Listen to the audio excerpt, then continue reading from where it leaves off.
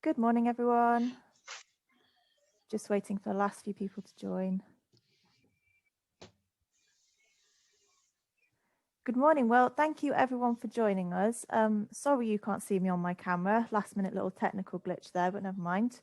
Thank you for coming along. The focus of our webinar today is going to be the Nadder Community Energy Car Club. I'm going to be handing over to them really soon. And obviously, if you've come along to our other ones, you'll know that in this webinar series, we like to focus on innovative projects that are coming out of the community energy sector. So some from within our Next Generation programme funded by Power to Change, and some of them from the wider community energy sector. So before I hand over to Nadder, I'll just do a really quick run through of Zoom controls. I'm sure everyone's really familiar with these already. So there's the mute and the camera buttons at the bottom. If you could all stay muted throughout just to keep our audio running smoothly, that would be great. And if you've got any questions at the end, Megan will ask you to unmute. The video down at the bottom as well, you don't need to keep your videos on if you don't want to. This is recorded and it will be shared on the website. So if you're not happy for your face to be on there, please don't share your video. But there's not too many of us on there today, so it might be, the connection might be okay with videos on. If it's starting to struggle, please turn them off.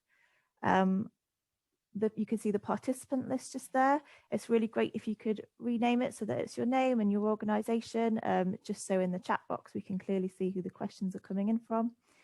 And like the next one along the chat box there, if you could put any questions throughout the session in that chat box. If any of them are really quick and easy to answer, we'll do so as we go along, and any that warrant a little bit of a longer discussion we'll save for the Q&A session right at the end. If you do leave by accident, you should be able to rejoin with the link that you used to join in the first place. And if you're having any technical difficulties today, we've got Megan from CSC on the line, so you can drop her a private message in the chat box and she'll try and help you out. So back to today. Next slide, thank you. So yeah, that was a little introduction from me. We're going to hear from Gustavo and Catherine from the Nadder Community Energy Tisbury Electric Car Club. And there's going to be a 30-minute presentation from them, a 30-minute Q&A with me, and then there'll be another 30-minute Q&A with all of you, so you can ask whatever questions you would like. But please be adding those questions to the chat box throughout the entire session, and we'll come back to those at the end. So without further ado, I'll pass over to Gus and Catherine. Hello, I'm Gustavo, or Gus if you need to call me in a hurry. I guess I started this process 2 long years ago, it feels like, and setting up the Tisbury Electric Car Club and a network of car clubs as the ambition. My colleague is... I'm Catherine Allinson, and I'm the project manager working with Gus. And if you need to call me in a hurry, it's Kath. Great. And so, being as it's an innovation lab series, we thought we'd start off with a journey to 2035. And because our goal, we're a rural community, little village, we're well connected. And so one of the interests for us was, what does rural transport look like? And so for us in 2035, we imagined that rural areas should enjoy the same easy, integrated, shared transport that their urban counterparts share. This is where food and nature is protected, and it's important that these areas are not left behind, and they won't be as a result of the Build Back Better 20s process. We think that in 2035 that the UK has left fossil fuels completely behind for transport, particularly for domestic transport. And instead, that's been replaced by new energetic sources of fuel, hydrogen, electricity, pedal power, and shoe leather. At this stage, to make the most sense of transport, it will be regionally organized. So instead of various different silos operating and competing for your transport dollar, at a regional level, transport will be organized, demand data will be shared across operator modes to create dynamically optimized routes, but a single user experience. Yeah, and that single user experience is that your personal transport integrates with other parts of your community life. So if you're a car club user, you might integrate because you regularly commute to work and you help to deliver food network boxes to your local hub on your way home because you're coming that way anyway. Or perhaps you regularly lift share with someone who is part of another cooperative, perhaps a carers cooperative, who work out in your local community.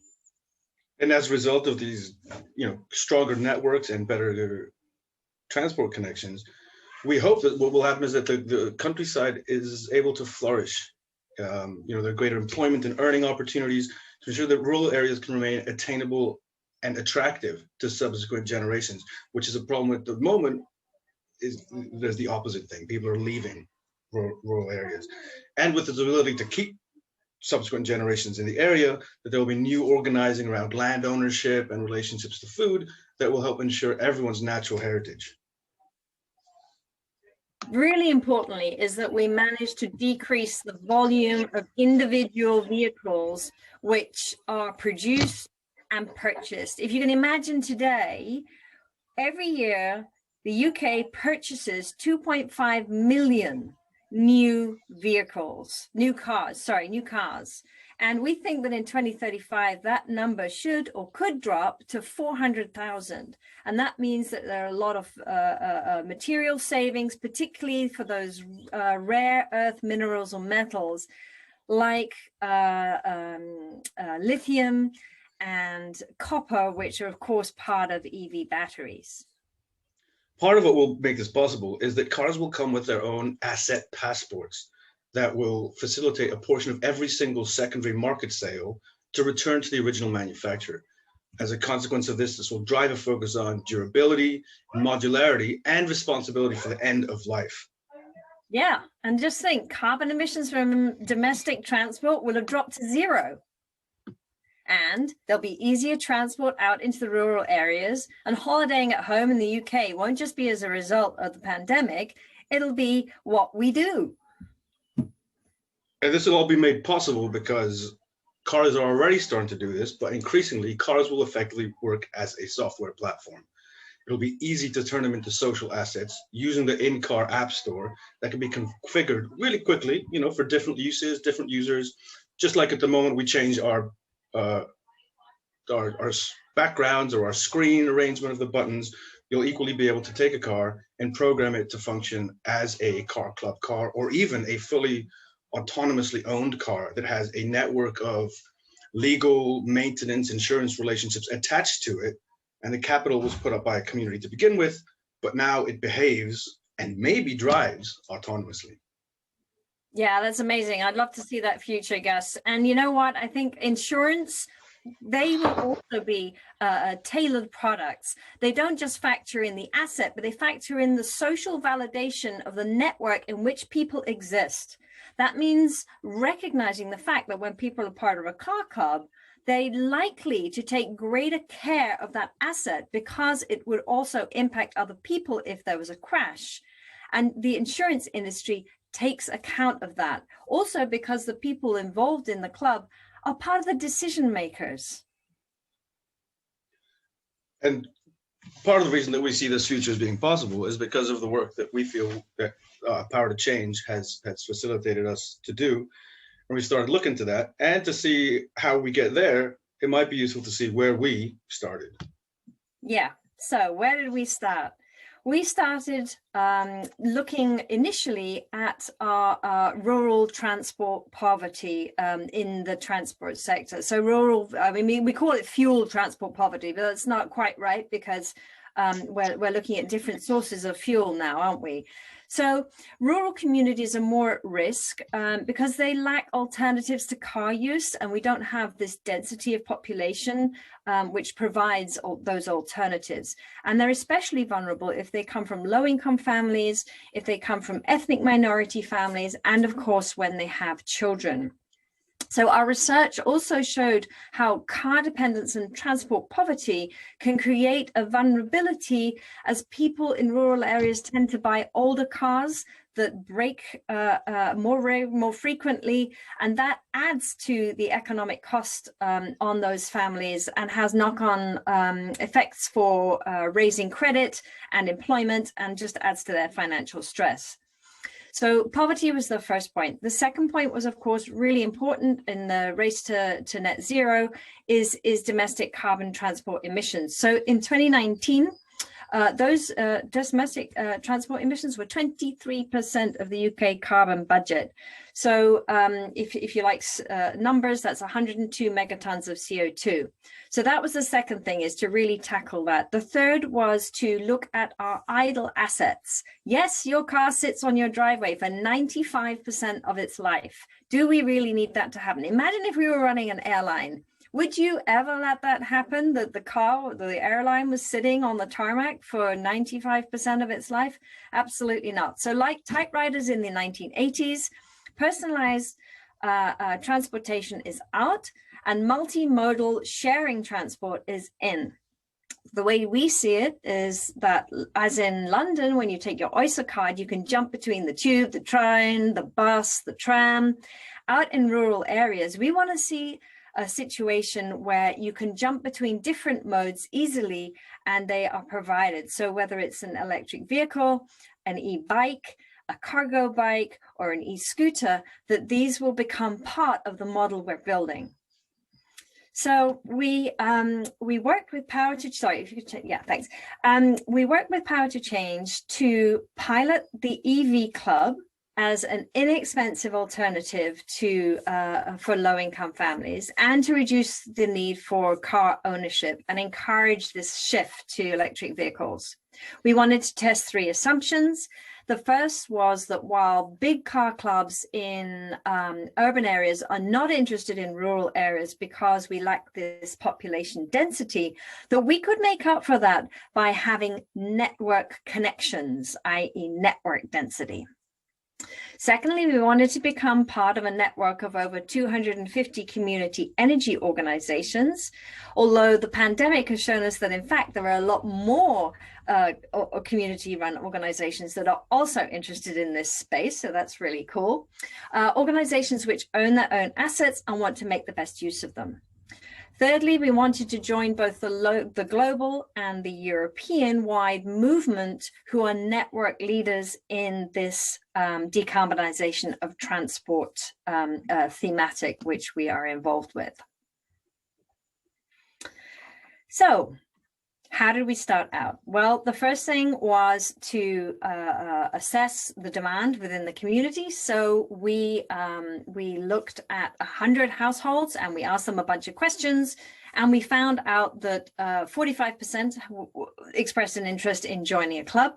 We also found out that just shy of 10% of households in our particular village don't have access to a private vehicle, even though many of the people in the household do have driving licenses.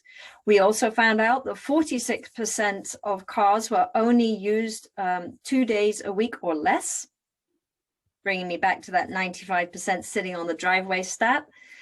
And that 15% of households that had 2 cars could join a rural car club and potentially might therefore be able to ditch their second car.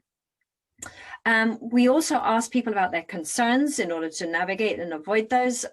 We found out that the top 2 concerns were completely opposing to each other. It was very interesting.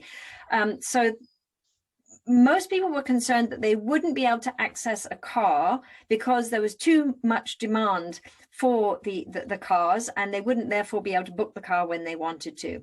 The second concern was that insufficient numbers of people would join the car club, and therefore it wouldn't be viable, and therefore there wouldn't be any cars available in the long term. So we had these 2 juxtapositions. And then there were a whole bunch of other concerns, like the sanitation of the car due to the COVID pandemic, where the cars would be parked, so how far people would have to walk to collect a car, and navigating the booking system, whether they would be able to do that, how those kind of process things would work. But frankly, all of those last points are relatively easily surmountable.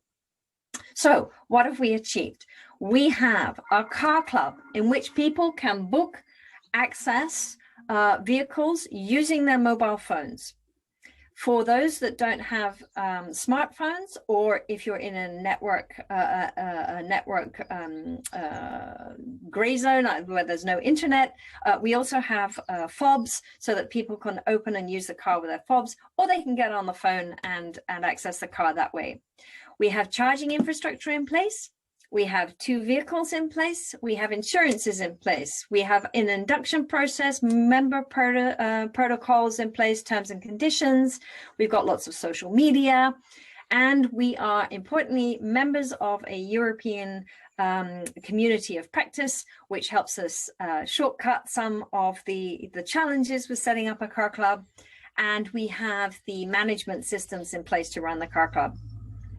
And really importantly, probably the most important part of all, is that we're now developing a network of partners with whom we can scale. And on that, I'll hand to Gus. Yeah, just one last point on what we've achieved is that one of those partners at the local level is Alice Coombs Trust. And this has allowed us to further address transport poverty. You know, so at the moment, 56% of our journeys are carried out by people who have self-referred for the concessionary rate. Partnering with Alice Coombs Trust, which is a local charity that supports people who are in hardship, they have offered to further subsidize some of the trips for people who are in transport poverty or who need it. This obviously means that we can extend our reach to people for whom even our concessionary rate, which is at £3.50, would prove limiting. And the really important thing is for those sorts of people, as Catherine mentioned, if there's a sudden breakdown, not only is there a huge cost, but it has knock-ons across the rest of their life. Yeah. And so we're really conscious that reliability and being here for the long term is kind of, it's not just a nice to have, but for people who depend on the service, it's key. You know, we need to make sure we're not building a dependence that we can't maintain. You know, and so how did we end up doing this? The answer is with a little help from a lot of different friends. You know, there are learning curves all over the place here. You know, when we started the electrical vehicles, there was not a huge second-hand car market. When we started all electrical, well, the electrical vehicles that we were looking at, you had to rent the batteries as well. When we started out, there wasn't actually an insurance provider willing to touch this because the co-op that used to do it went bust. And while the co-op insurance is still there, it's no longer an underwriter. So it does not make decisions really about what sorts of projects to supply. You know, there are different types of chargers, different speeds of chargers. There are some learning curves to go up there. And a part of the process is that we go through those in the hope that we can then help other groups not go through them. And certainly our partners at Derwent Valley Car Club have been super helpful to us, and they're getting lots of people asking them for how to do it. And really what we found is that there are already a network of thriving car clubs, different levels of thrivability. Some of them have, you know, and there are various different models for all of them. And a lot of them are being very helpful, but if this movement scales and lots of people want to start taking advantage of it, it is not sustainable for every one of the successful existing car clubs to support all, you know, this wave that's coming. You know, one of the challenges, for instance, is the cost of charging infrastructure, the cost and complication around charging infrastructure. And again, here, our solution was to find partners who knew this better than we did. So at the moment, we've got 2 different systems. We got one, which is we run it, we operate it, we manage it, we maintain it. And we've got another one where our partners Charge My Streets have put the charger in. You know, they took care of every step of the, you know, we facilitated the connection with the council, but everything from there on in, they took care of. So it's about figuring out what are the things that we want to take responsibility for, and what are the things that we're better off left to people who know more. As I mentioned, car insurance was a headache. There's a sectoral body called COMO, short for co-mobility, and they've also been struggling to secure this, so it's not just us. But the solution to this was, one, a whole bunch of work by Catherine to knock down a lot of doors, but also that is now something that we can offer, you know. And the next step that we're taking with that is to collect data from the 10 other groups that we are now in a community of practice with across Europe, so that we can help actually shape the insurance package going forward. So not only can we show them the data that it's de-risky, but we can start making sure that there's a product that suits us perfectly. as Catherine mentioned, we're now members and co-owners of a piece of technology that facilitates this remote booking and access. And that comes with a piece of hardware that sits in every car. And there was some adapting to do. It was based on the European time zones. It was based on steering wheels that are on the left. And so unexpected hitches came along, like you've got to invert the cables in order to make it work. Or there isn't a standardization of colors of cables.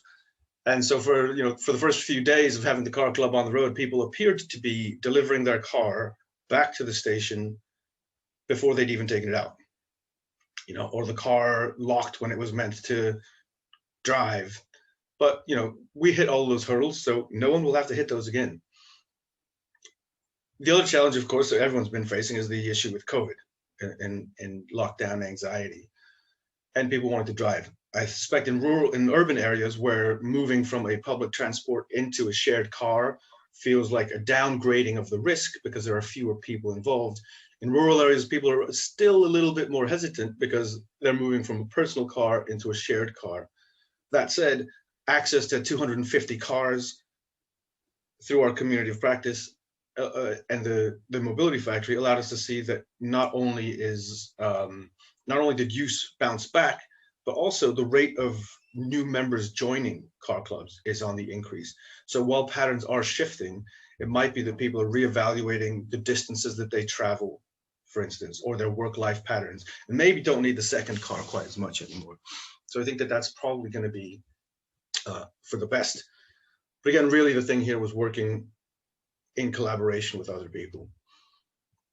So taking that the next step further, what we think is that we can offer a UK-wide cooperative of car clubs, where car clubs hosted by anchor organizations in their areas benefit from our experience, benefit from Derwent Valley Car Club's experience, benefit from the research that's coming in from Green Fox, so that their process is more streamlined and faster, and that each area can focus on the things that they care about, which is connecting to their people, supporting their community in the ways that they know how to do, while leaving the boring stuff like invoices and payment processing and websites and all that sort of stuff to the collective. It means pooling back office functions like the call center. At the moment, I am the call center 24 hours a day, 7 days a week, and I've only ever had to answer 3 calls. That is, as you can imagine, that's ineffective. But if we can pool the resources, then all of a sudden these processes get more sustainable. The other thing is that as a group, we can achieve this scale collectively. So for instance, the hardware that gets added to the car, if we were an individual organization, in order to move up through the tiers of pricing, we would on our own have to purchase 50 hardware devices at a time. However, when we're a co-op rather than a private organization, every single new bit of hardware that gets added to the network counts towards our tiered pricing. Speaking of the hardware, we are currently there's one hardware provider that our system works with, but we're moving into being hardware agnostic. So it could work with any piece of hardware that is done for this. And in fact, because the way the electric cars are moving is to be kind of shareable or social by default, it means that future cars, and in fact, Mercedes and BMW are already like this, will not need hardware. They will roll off the assembly line ready to integrate and share their information. So in that sense, being hardware agnostic means that when the hardware becomes redundant, we can move straight into just connecting with the cars. And that will bring down costs substantially because that extra hardware piece is not needed. And the other big advantage of working as a co-op is that we can connect different car clubs to each other. In Europe, just last month, we had the first occasion of 2 car clubs using the same platform, suddenly granting each other's users access to their cars. So if you're familiar with the network effect, is the notion that for every new user adds value to the whole of the network. This is what happens when you have car clubs. So they're no longer isolated pockets of car clubs doing their things for communities. It would mean that I could jump on the train, get to Derwent, and drive a car in Derwent and explore their lovely valleys up there, for instance.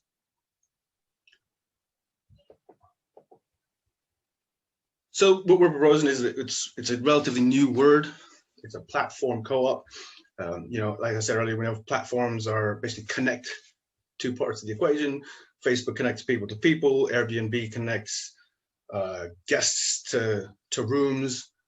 We will connect car clubs to their users and car clubs to each other, sharing this proprietary bit of IP that is ours.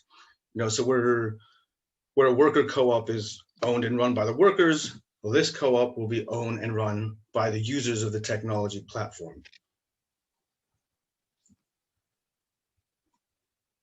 And so who are the people who are starting this process right now and, you know, inviting other participants? There's Nadder Community Energy, which is where Kath and I are based. We're Tisbury Electric Car Club, working with, rather, Nadder Community Energy is the organization that is the anchor organization, is the funding recipient, and already has, you know, solar installations on farm buildings, fields, school building, an upcoming pool. Then we've also got the Derwent Valley Car Club. They've had car clubs running for 7 years, so they're veterans of this game. They have been really open with their insight in terms of how do you keep costs low. We've got Green Fox Community Energy Group, also a Power to Change participant. Ben is on this call, I believe, and they are looking at setting up a network as well up in Leicester, in terms of setting up the governance and the model, the business model, and structuring how we're set up. Co-op futures and co-op culture are part of the team. And finally, obviously, there's the technology platform, which is the mobility factory. That it kind of makes all the magic happen. And I say magic half ironically, because when we were working with the electric vehicle installers, so these are people who are, you know, they're working at the cutting edge of where the future is, right? They're the people laying the infrastructure for the future. They saw me approach the car and open it with my phone and treat it like it was pure magic. And I think in a weird way, there have been some obstacles to overcome in terms of people are used to getting much more feedback, you know, having something physical to hold. And when a technology arrives that feels that new, it takes people aback a little bit. It takes them about half a second to get it and to convert and to love it and to see exactly how it fits in. But there's that first moment of, you see them approaching the car with sort of uncertainty, like, is this even going to work? And then it does. And then it's a technology, they don't even notice that it's a technology anymore. It's just there. And yeah, so I think that takes us a little bit to where we are.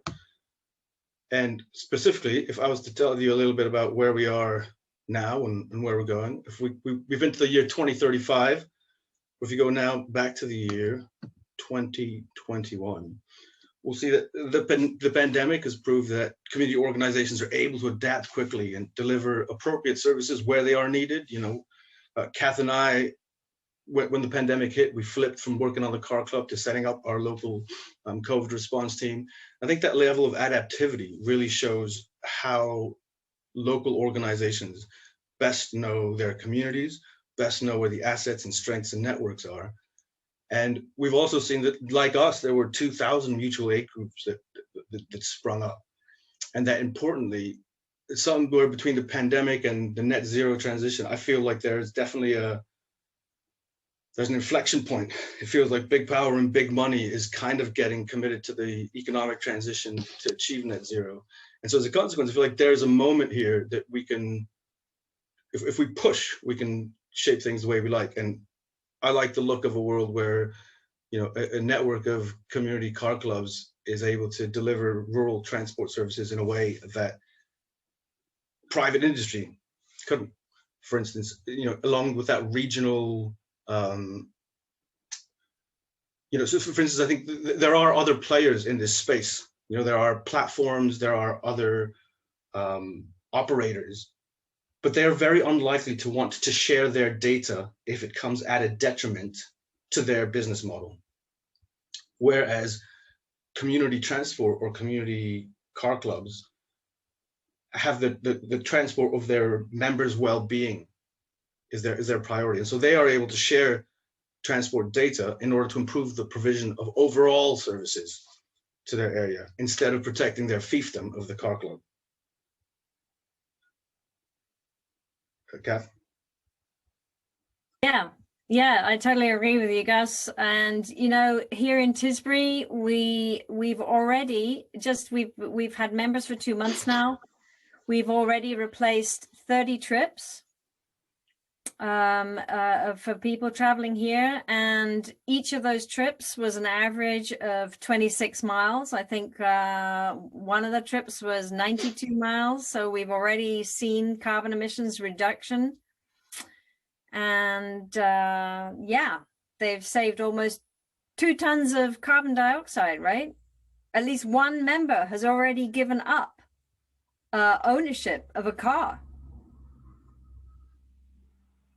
Yeah, and in terms of hitting the transport poverty thing, as I mentioned earlier, more than half of those journeys are being done by people who are benefiting from concessionary rates and are on benefits. Yeah, and I think that Gus's point about this communal ownership of the technology and the ability to share the data is really, really important. And it's this intellectual property that is contained within this technological platform that allows for a really seamless experience by the user, from booking through to accessing the car, and being part of that that community energy company or cooperative. It's a different beast than where we started out, and that's been part of our evolution to get to this point. And we are the very first UK car club to become part of a European wide cooperative of car clubs. And that's quite an important point, because although Brexit has happened, we are very, very close to Europe geographically. And as I've already seen from the chat, people still would like to holiday abroad, which is absolutely fine. And if we are part of this community, we can drive over there. And if we're networked with them, we might in a few years' time be able to just simply hop in all of their cars. As Gus mentioned, 2 clubs over there have already joined together, and that is what is enabled with this cooperative platform.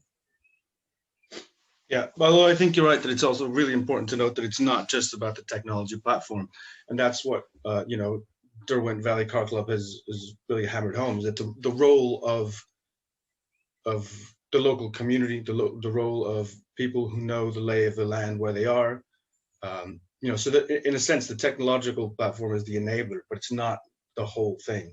Because if we're moving towards more resilient communities, there's also the possibility of enhanced collective decision making, for instance. And so in our nascent organization, there are 3 organizations all at different stages of operating car clubs, and we're joining forces to bring this co-op of car clubs that will improve rural transport for all of its members, and it will have full autonomy over its data and over how the technology is used, including things like generating additional revenues by offering fleet management to local councils, local companies who want to make their cars available outside of working hours, for instance. And we've already had discussions with a couple of local authorities. I can see that we're moving towards the end of our presentation now, so I just wanted to open it up and say that our group is actively seeking to fund the next stage of our scale up.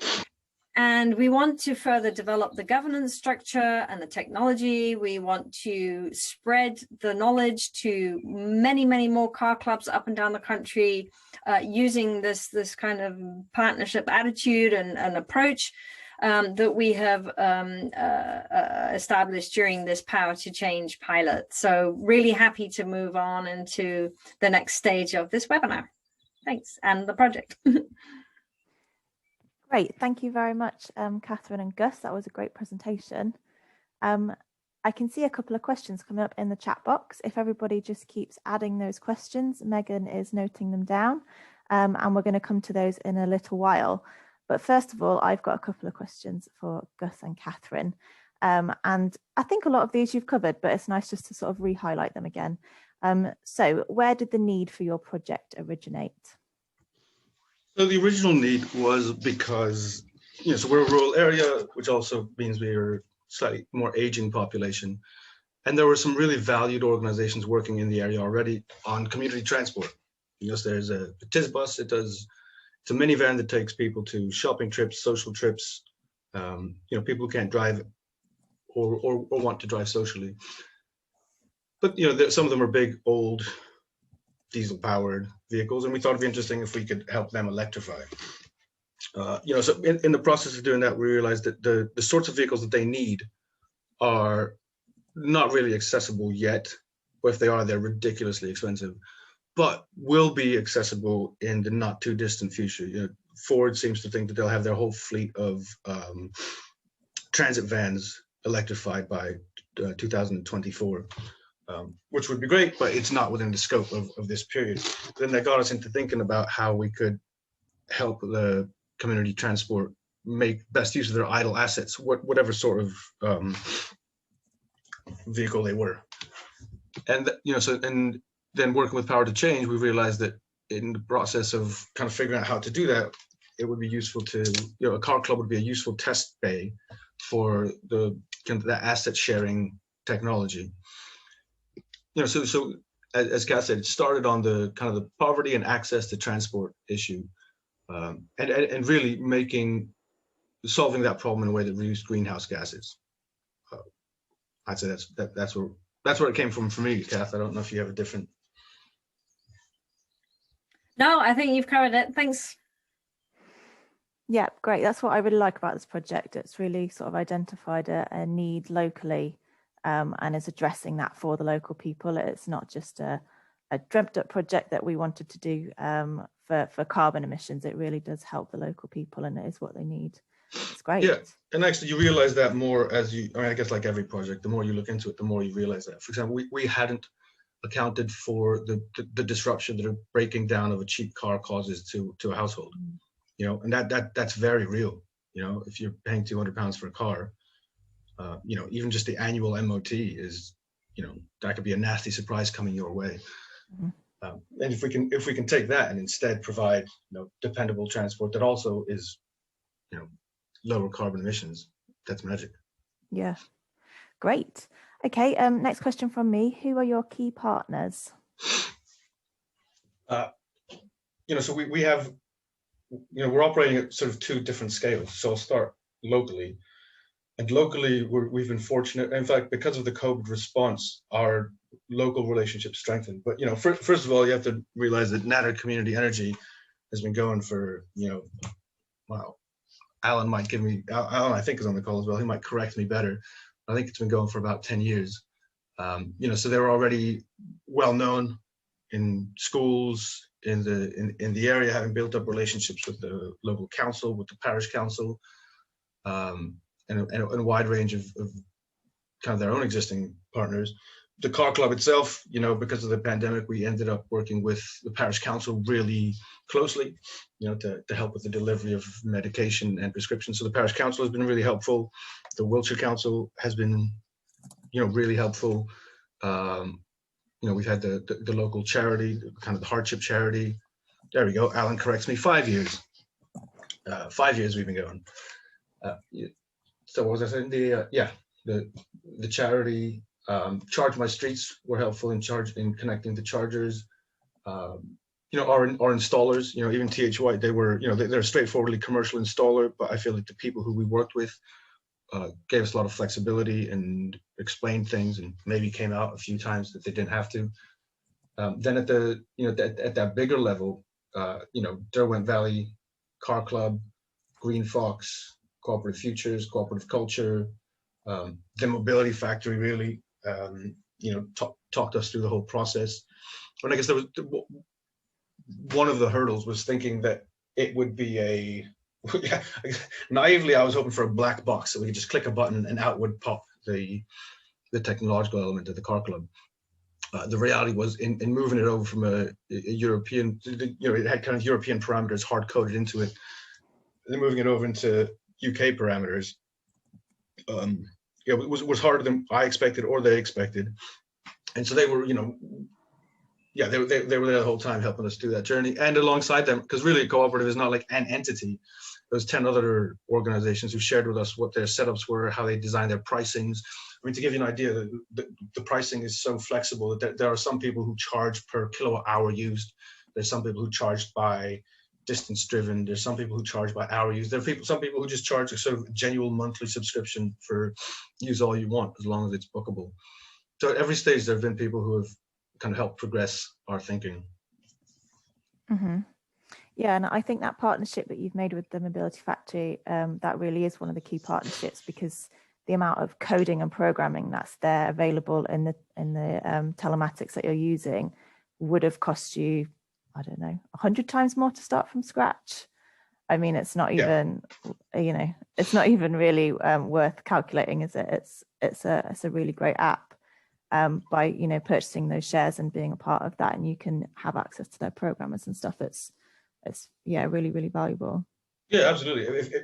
Having to program that all from scratch. I mean, that said, we probably wouldn't have had to program it from scratch, in as far as there are other companies that provide those sorts of services.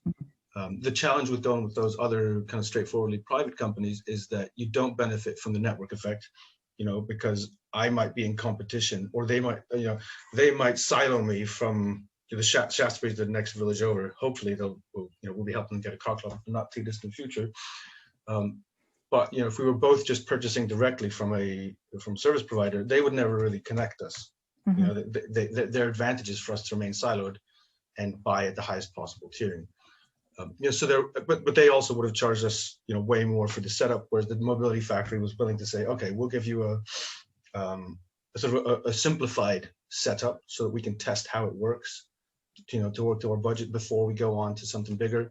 Whereas the more mainstream providers of this wouldn't have done that, really. Mm-hmm. Some of those P2P, and I think a place to look at for growth will be some of those platforms that allow people to share their own cars.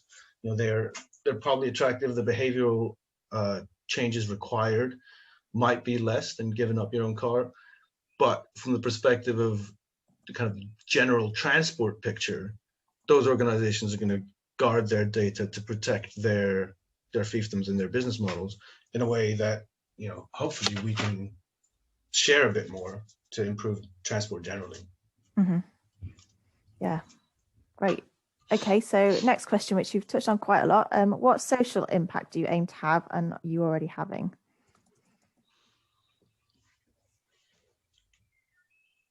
So there are a few things, I guess, that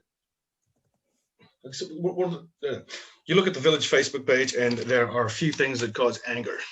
One is parking. Parking is a serious bone of contention. So congestion on the high street and general people not fighting is something. There's obviously the point about people being able to access cars more cheaply and dependably, and with more cheap and dependable transport comes employment opportunities. But the point about kind of being well connected and employment is really important. One of the other things in this area is that younger generations are getting priced out, because there are not employment opportunities that generate the sort of funds that allow them to stay in the area. So if we can, if transport becomes easier, one of the hopes is that people can stay in the area better because they have jobs that pay more. But really, I think the core social impact that we're looking at is making easy, accessible transport so that people can get to where they need to, when they want to, without, so transport poverty is something like 25% of someone's income going towards just their travel. So before they've spent any of their income on anything else, like a quarter of their income is going on transport, and that doesn't feel like it's a just situation. And as in terms of addressing that, as I said, 50% of our journeys, more than 50% of our journeys are already for people who have self-referred into that category. Mm-hmm. Great. And what about the environmental impact that you're already having or aim to have? Yeah, so we touched on it. We reckon there's 2 tons of carbon emissions have been avoided already. I think perhaps more interesting, or not more interesting, but as interesting will be when we start replacing more cars.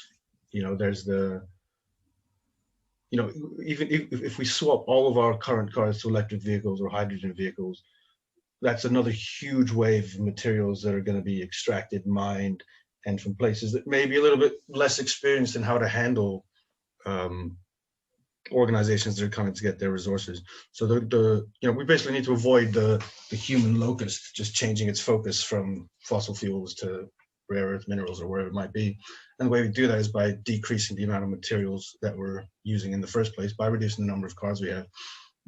So we had the hope that by 2035 we're reducing our new car use by a sixth. And that is, as far as car clubs go, that's on the conservative side. Co-mobility suggests that a car club can replace, I think, 12 cars. 12 people can give their cars for it. Great. So you obviously have talked about replicating this because it's a big part of your project, sort of growing this network of car clubs. But if someone did want to replicate this project, what should they know? What are the key things to consider? And do they get in touch with you and have a chat about it? What would they do? Yeah, I'd say don't replicate, join. That'd be the short answer. Because I think certainly at the moment replication, going it your own was something that we realized was not something that we could do. There were already a lot of car clubs out there. Some of them were successful in their own areas. People like More Cars or eCar, as they're known, Malvern, and Derwent, obviously, who are one of our partners, were successful already. But for those, there are also lots of places where it didn't work out for them. And I think part of that is because there are things like volunteer burnout is a very real thing. Making sure that there's enough adoption is a challenge. Some car clubs were not able to renew their insurance when the co-op went bust. So I think for all of these things, when you join with others, things become cheaper and easier. I mean, interesting, there's some areas where scale doesn't help. So for instance, insurance, there's a point at which, at the moment, under current modeling, insurance does not get cheap when you have more cars, because when you lose the early adopter or the kind of cuddly community feeling, people flip from caring about their car to being, they sort of take it for granted and they mistreat it almost. Think about people on public transport putting their feet up on seats or just not generally respecting the vehicles. So insurers are wary that at a certain scale, people take less good care of cars that are not their own. Whereas at a smaller scale, when everybody knows each other, maybe have regular meetings to talk about whose turn it is to clean the car. At that scale, people do take better care of their cars. Mm-hmm. Yeah, so I guess the point of it is, yes, get in touch. We're fundraising right now to set up the next tranche of car clubs to see how the technology scales, see how see and perfect and hone the various different elements of the proposition, like the legal templates, like the marketing templates, surveys, all that sort of stuff. Great. Well, thank you very much. I'm going to pass over to Megan now. I can see that there's lots of questions coming in on the chat. Yeah. So, quite a lot of the questions Kath has been answering, which is really handy. Thanks, Kath. I'm going to try and pick up some that haven't been answered, or I think haven't been answered. So apologies, Kath, if you have answered them and I just haven't seen that. One of them, a couple from Linda from Chester Community Energy around the operations side of things. One of them was, what operational issues have you experienced during the last 2 months running the scheme? Operationally, things we have experienced are things like the phone line not working, and so somebody being stuck at their car, unable to get through. That's a snagging problem. You get in touch with the phone operator and make sure that it all works. We had a period when, as I said, because the hardware was originally configured for European vehicles, it wasn't doing what it was meant to do. So people were tapping so for instance, if you want to get into the car, you tap the RFID reader once, that should let you into the car. If you tap it twice, it should terminate the booking. this can be, again, disconcerting because there's no feedback. You don't really hear anything unless it's the law. And for a period of a week, we couldn't figure out what it was that was causing that. In the end, we figured it out, and now that all works seamlessly. But as you can imagine, that's pretty disconcerting. And part of the pandemic issue was that we couldn't do a massive launch, which worked to our advantage. It meant we could trial it with people who we trusted not to hate us forever and say nasty things about us if things didn't work. So and there was somebody who got caught out, somewhere in a car park, I believe. They struggled to get into the car because the fobs weren't configured properly, but we got them configured properly, and then that worked. On the charger front, the chargers are connected to modems in order to be visible centrally, and they, sometimes it's as simple as those modems need turning on and off again.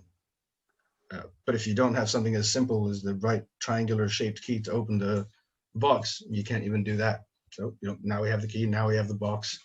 I'm going to install a SIM card later on today in one of the ones that is still not responsive. Operation, what else we got?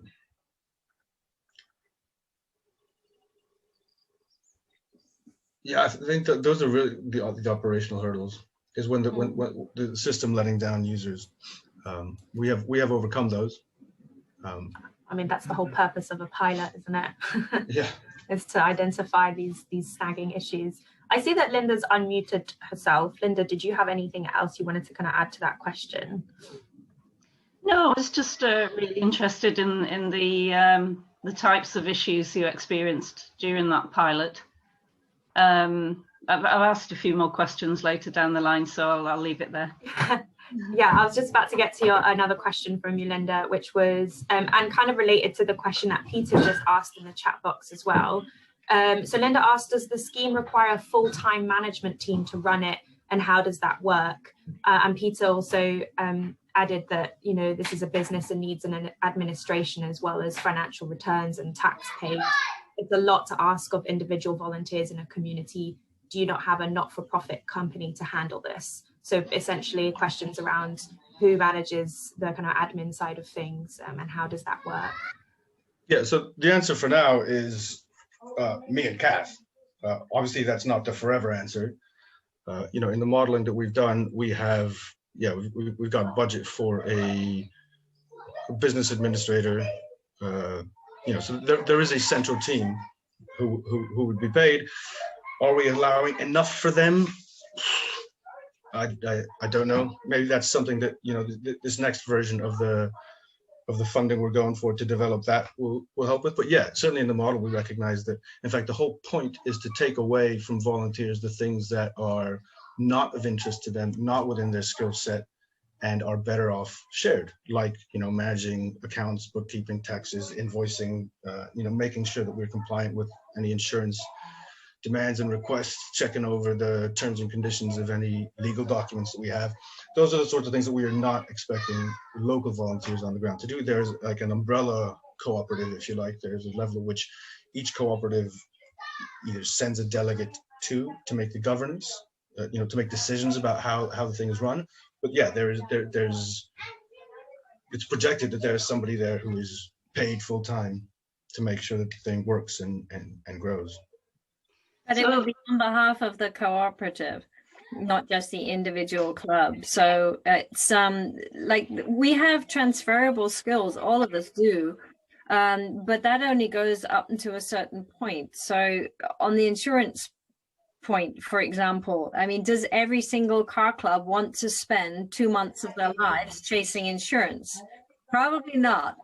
We had to do it because we were setting up new, and we decided to go that route. But we wouldn't want to ask volunteers to waste that time. If we can build a product which is suitable for another local club, and we can give them an entry point directly, it's basically one phone call and a few emails now, which is considerably less than that 2-month investment. Time investment. Yeah. Just to answer Peter's, I think it was Peter's question about whether there's a for-profit company behind this. there is an organization, or there will be an organization, which is what we're working to set up with Green Fox and Derwent. It will not be a for-profit company, however. It will be a cooperative where the members of the cooperative decide how to distribute profits or spend money. Yeah, I think he was asking if you have a not-for-profit company to handle this. So not a for-profit, but a not-for-profit. Oh, okay. Yes. Yeah. Okay. Sorry. I misunderstood the question. I thought the question was suggesting we should have a profit. Yeah. It's a not-for-profit. Yeah. Yeah.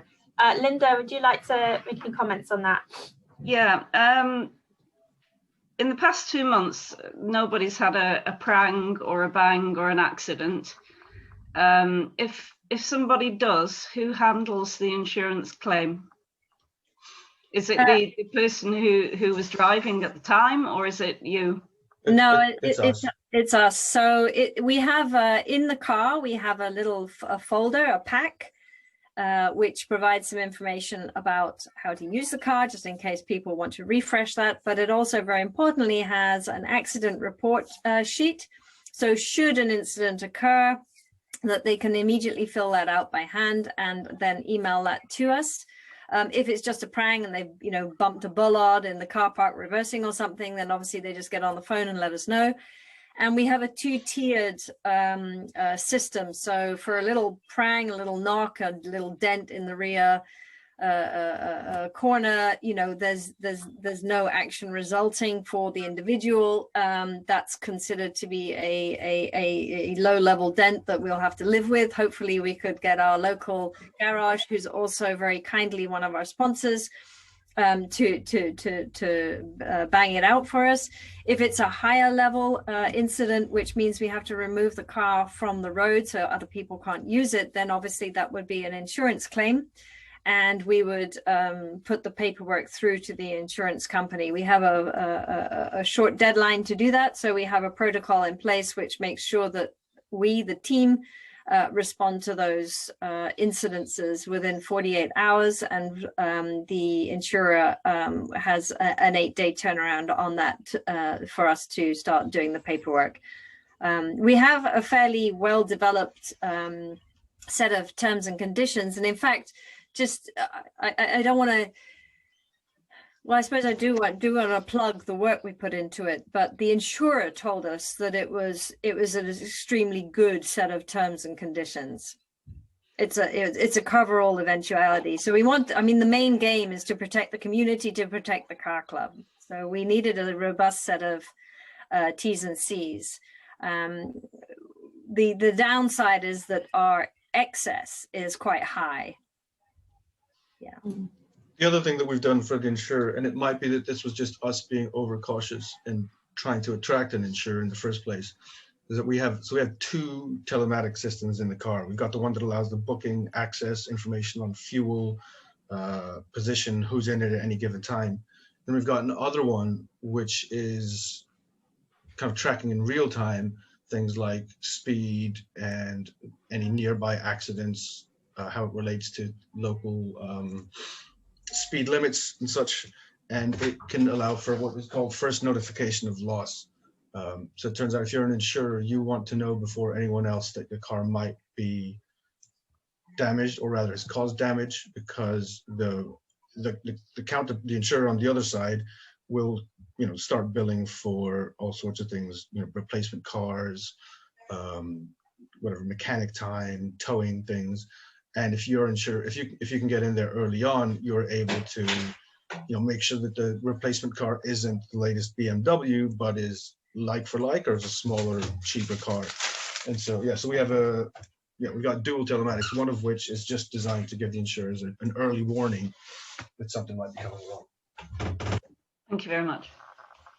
Great, thank you. I'm going to go to a couple of questions from Cara regarding the other schemes that there are out there. One of them is a question around I wonder if the national e-scooter trials are impacting on the social change to shared transport, and whether you had any thoughts about e-scooter trials. My personal thing is that e-scooters are not hugely relevant in the countryside. I think, I think all of that stuff, from e-scooters to e-bikes, yeah, I mean, the thing is that in cities, people are already pretty readily used to sharing their mobility. You know, public transport is a version of shared mobility. You know, shared bikes are a version of shared mobility. So, you know, I think I'm all for as many modes as possible, really.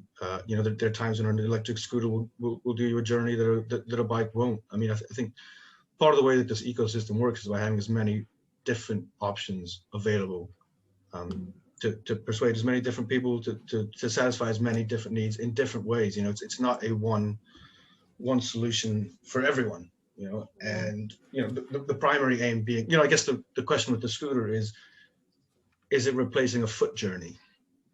You know, if it's replacing a foot journey, then that's kind of going against what we want, because it's adding material costs to a journey that would otherwise have been done in a healthy way. And I guess the other challenge with scooters, like some of the other shared things, is are they benefiting from social and collective infrastructure without giving back to it? You know, certainly in Mexico, where they were trialing it out, and I went to, you'd had heaps of scooters at pedestrian crossings, so people had to, you know, dodge around them, get into the public way just to get around them. And these scooters, because, you know, they floated above the infrastructure, didn't have any, weren't paying their dues, as it were, for their use of the land. So in principle, yes, as many possible options. In practice, what journey is it replacing, and is it contributing to the collective infrastructure? Yeah, I just saw that Cara has added in the chat box that she's running an e-scooter trial in smaller rural market towns to demonstrate that shared e-mobility isn't just for cities. And no, they are replacing short car journeys, so that's really good news. Oh, well, then I'm all for them. Yeah, because I did, when you said, you know, are they replacing walking, that's something I haven't even thought of, because there's loads of e-scooters in Bristol at the moment. But yeah, that's really great, Cara. Thank you for sharing that. I'd love to talk more, Cara, to see how that works. I know that Derwent are very keen on e-scooters. My particular bias was that I wasn't sure. I've never actually been on one, so I don't know how it'll handle our. We're in a quite hilly area, so that might have colored my disposition. Yeah. The other question from Cara was about other kind of car clubs out there. So there are quite a few established community interest company e-car clubs like Co-Cars. How is yours different? So Co-Cars, for starters, are wonderful people. They've been helping us, you know, and we've even been examining whether there are options to share back office and infrastructure stuff. But they're very focused on, as far as I know, they're very focused on the urban scenario. There are other organizations, you know, and we looked at this when we started up. We looked at, could we effectively invite an Enterprise Cars or a Co-Wheels or someone like that to set up on our patch, and that would have been easier, I suppose. But the trade-offs are that, for starters, it probably wouldn't have met the power to change criteria in terms of setting up something new and innovative. The other trade-off is that once you've invited someone out of, you know, so Enterprise, for instance, has a heat map where they put car clubs, and they're probably the biggest competitor in this space because they're going up and down train lines. But they put car clubs where their heat map have high rental heat map already. You know, so if they're putting, I don't know what the number is, but someone like if they're renting 3,000 cars or vans into a town, that merits them putting in a car club because it supports their main operations. The challenge there is if you care about improving the overall transport scenario, which requires a kind of an open data approach, in that scenario, they're gonna protect their fleet and the usability of their fleet, even rent seeking to an extent. You know, they're not necessarily going to share their information so that the buses are better programmed or better scheduled. And I think really where we want to get to is, if we're looking at transport holistically, is, you know, speaking to the ecosystem point, is the ecosystem needs to be able to be an ecosystem and not a zoo. You know, when you get into private organizations running these things to protect their fiefdom, you've got a zoo with lots of animals, but it's not an ecosystem that interacts and is able to adapt and respond to a range of different circumstances.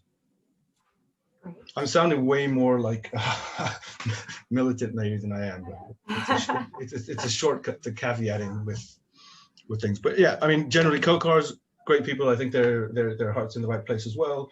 They've helped us, and certainly with our thinking, and there are some things that we're looking at possibly collaborating on. But I think their main interest really is at the city scale. Great. Another question from Cara asking if there's going to be an update to the Tisbury Car Club website to include more info about the scheme and how it works and why it came about.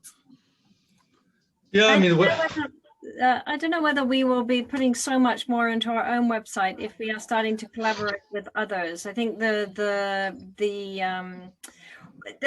jury's out on that one, whether it's better to have a very local identity and to run these things locally and then just signpost to a source perhaps of further information for those who are either setting up car clubs or want to know more about how a car club works, a sort of generic model type thing. But I think our own website is predominantly for our own local users rather than leaders, perhaps like Cara, who want to do something elsewhere. I don't know, Gus, if you have a view on that, but I think that it's very important to keep something very local and attractive for local people and speaking the local language with local references. But for an information purpose, we might need to have like a repository elsewhere for practitioners. I'm not sure. We need to discuss that with like partners, I think. Yeah. Yeah. I'm in a similar sense that for network stuff, it probably goes somewhere else. We might put something up there for now, but what I would like to do to the website is make it a more comprehensive source of local transport information, actually. So at the moment, so for instance, taxis are forever clogging up the local Facebook feed. Where can I get taxis? The people who work the train station manually are always having to upload onto Facebook any local delays and all those sorts of things. We're on a cycle route as well, so it would make sense for me for our website to have a more one-stop shop for transport type feel to it as well. Yeah. So that's the sort of change I'd like to see to our website, and I'm up for Cara telling me how and what information she wants and how it would be better presented. We're open to that, I suppose. Yeah, I guess like a big part of the Next Gen project is figuring out the best way to kind of disseminate the learnings and replicability of things. Great. There's a question from Grace around funding. What funding streams did you tap into for this project? Yeah, so we initially had the grant from Power to Change. Thank you very much for that and for your support throughout the project. We also have funding coming through from local sponsors. So we have approached a variety of businesses actually to sponsor us. Some of them are sponsoring us sort of in the background without saying too much. Others have quite a visible presence. So one of our cars has, in fact, no, both of the cars have decals on the side. So we're advertising our local businesses. And of course, they drive around and lots of people see them. So that's great. Another way to raise funding has been through this collaboration, as Gus mentioned, with the Alice Coombs Trust, because anything that brings down our cost is effectively an income stream for us. So by being able to reduce the cost of concessional rates, that has helped a little bit as well. And we raise money directly through our members through a membership fee. So they pay at the moment under the pilot, it's a 6-month fee, but in the future that would be an annual fee to join the club. And of course, there is a little bit on the electricity markup, although that's not part of our main business model. So we managed, initially we were just going to put in one charge point, but through collaborating with Charge My Streets, which is another grant-funded organization, they're supported by Innovate UK, we were actually able to put 3 fast chargers in, which is of considerable benefit to the local community too, because one of them is located on Wiltshire Council property, so we're billed separately through Wiltshire Council and have a contract with them. and the other 2 charge points are located in a public car park. So one is solely for public use, and anybody can use that charge point, with the second one reserved for our car and our members. So that's another way that we've managed to put in the really capital expensive high cost infrastructure without paying out as much as we had anticipated at the beginning. Again, that we didn't foresee that, and it was just through a webinar like this where we met Charge My Streets, and bang, you know, good things happened. And we're now applying for further grant funding to scale, not only for ourselves, but to create this network for others. So we're on that funding trail at the moment and are applying to various grant funders for that. Yeah. So if you have a mature club, or you're quite far down the route of setting up a car club, with the community energy groups, or perhaps not, and then please do be in touch, because we're doing that right now. Yeah, Ian just posted the question kind of related to that, is how much do you rely on funding streams for your long-term financial viability? I think long-term not. I mean, when the idea is to become self-sustaining in 4 to 5 years. Yeah. I mean, we have to be realistic. It's not going to be an overnight thing, because not only are we bringing in new technology, we're also bringing in new mindset. And I saw from the chat that was mentioned briefly, is this change of perception and adoption by community members is really, you know, that takes time, and that takes a lot of showing people how easy it could be. And surmounting those hurdles, be they technological or just the idea of having to walk in the rain, let's, you know, face it, we live in England, to a car for 10 minutes is unattractive for some people. However, maybe, I mean, we gave out some free gifts of masks to members when we joined, because we were still under lockdown. In fact, we're still really under lockdown until the 17th, aren't we? You know, as a way to reassure them that, look, here's a mask, here's some gloves, here's some sanitizer to overcome those hurdles. So maybe in our next funding drive, as we get to the autumn, we'll give them an umbrella. You know, I don't know, but all these things are just a question of, you know, there's never the wrong weather, there's only the wrong clothes. So it's changing the narrative and combining the idea that sharing a vehicle is also part of active travel. So if you're taking those few steps to walk to a car, obviously if you have a heavy load, you can swing by and pick it up or drop it off. But it's in the narrative of the behavior change, without being preachy and saying, actually, this is really good for you. And you might bump into somebody you love on the way. Certainly around here, you can't walk down the high street without bumping into someone and having a nice little chat. So it's weaving in this positive messaging as part of this transition. You're not giving up anything. You're going to benefit and gain from this, being part of this community and being part of the next phase of this project. Yeah, I think that's a really good point, especially because it takes a really long time to normalize new behaviors when they're so embedded. Like if you think about how many people used to smoke indoors and how that's just completely unacceptable now, well, illegal. That took a long time as well. Sorry, Gustavo. People are content that it takes a long time. These switches can come very dramatically. Yeah.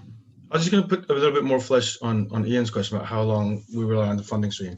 I mean, so there are various different clubs out there, and some of them have got different, I guess, descriptions of financial viability. Some of them collect effectively donations from their members periodically.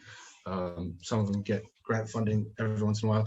I think the answer to how long we rely on the funding stream is if the level of assumptions that we have for usability was achievable overnight, that would be as soon as we have 10 car clubs signed up. That's when after repaying loans and depreciation, we arrive at something that looks like a net profit.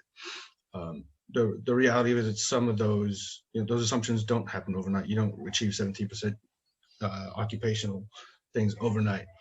So I think that question is to be seen. How long did it take us to get to there?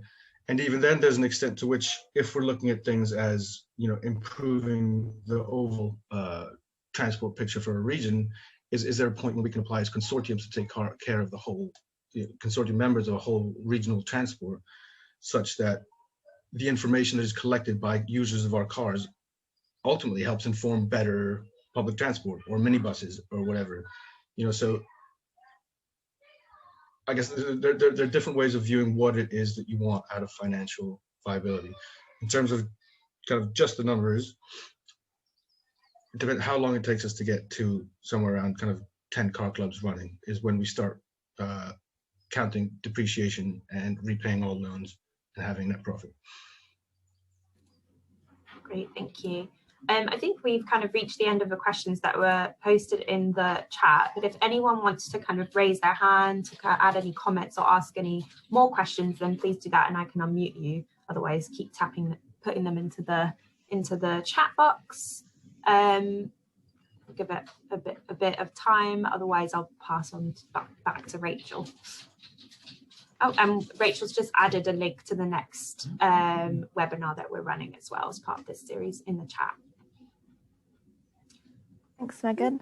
I just wanted to check back with Catherine. Is there anything that you answered in the chat box that didn't come up that you'd like to highlight? She thought it was worth sort of sharing with everyone in case. Yeah, I mean, there were some questions about cost, and actually there was a really interesting point about setting up synthetic PPAs. So actually, Cara, if you're still on the call, it would be great to connect hereafter. You've got our details, we haven't got yours, or maybe someone at Power to Change could CSE could link us together. That, if you don't mind, I think there's value in having that conversation. Yeah, we did talk a little bit about costs. It's a bit of a moving feast. It kind of depends how many partnerships we can develop which are productive in the next 3 to 4 years, and costs can be shaved if we collaborate. I mean, we built some good relationships with a local car dealer, for example. We spent time doing that, and I think cars are expensive. These capital costs are expensive. The Charge My Streets are putting in 200 up and down the country, but I don't know whether they've already reached their threshold. What happens when that isn't possible anymore? Is there another charge point infrastructure installer with whom we can build a relationship to have that benefit for other groups as they join? So I think just on costs, there's probably a bit more we could say or discuss. Be interesting to hear from other people what their local circumstances are, actually, because it's by hearing these stories that we also think, oh, there's a different angle, and maybe we should be thinking about that. Yeah, so definitely. Don't be shy to shout out and let us know what you're thinking and feeling. Yeah, well, yeah, like you said, Catherine, we're really happy at CSE to make those connections. If anyone wants to get in touch with us and ask for contact details and stuff like that, we can make introductions, obviously all GDPR compliant and everything. And we'll check with you. You're happy to be sharing your details. But yeah, that's our email address there, next-generation@csc.org.uk. If you do want to get in touch with us to ask anything, or there's the email address for the Tisbury Electric Car Club. As I just posted in the chat, the next innovation webinar is going to be hosted by Ben Dodd, who's on the line at the moment, at Green Fox Community Energy, and he'll be talking about their zero carbon schools model, which they've also been developing through the Next Generation programme. So if there are no other questions, just thank you very much everyone for attending. Thank you, Catherine and Gus, for presenting. That was a fantastic webinar.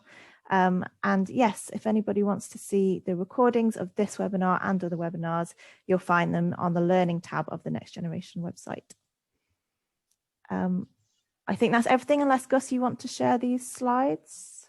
Yeah, we just stuck that up last minute, didn't we? Sorry, I pushed them to the back. No, I didn't mean to share them, but while we're there, I guess while we're there, the top right-hand quadrant is the one I guess that we're interested in, which is a world in which, so the two axes here are how is transport going to be organized? Is it going to be distributed, kind of at the lowest level of local organization, or centralized at the highest level of organization? Is it going to be integrated so that all the modes and operators talk to each other, or is it going to be each talking, each protecting their own area? I think the one that most interests us is one where it kind of happens as locally as possible, but that there's this integration between all of them, and that is made possible, to my mind, when you have, you know, on the distributed spectrum, when you have people working together and sharing data and all those things openly. If we don't get that, hopefully we'll get something that is at least centralized in order to have data visible for the whole regional transport thing, maybe enforced by a government that requires that kind of a sharing. The ones that are lower down are not going to yield the best optimal transport solutions, to my mind. And yeah, this is just a little bit of thinking we did. If anyone is interested in kind of the other places in this space, I think Cara asked about other organizations. You know, P2P platforms are out there. You know, in some places, some community car clubs have tried them out. But again, you'd end up in the kind of the fiefdoms quadrant rather than the integrated quadrant for some of those. Yeah. That's why I was sharing that particular slide, I guess.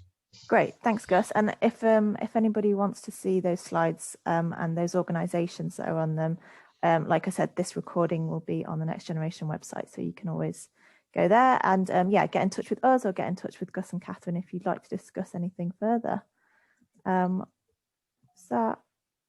Gillian just saying Scotland may be a good country to link to. Charge Scotland has extensive charging network, government-led, single app, predominantly free. Might be easy to link to this. Top left quadrant activity, wonderful. Fantastic. Well, yeah, thank you everyone for joining us, and hope to see you at the next one. Thank you, Rachel. Great. Thanks, everyone. Thanks, guys. Thanks. Bye.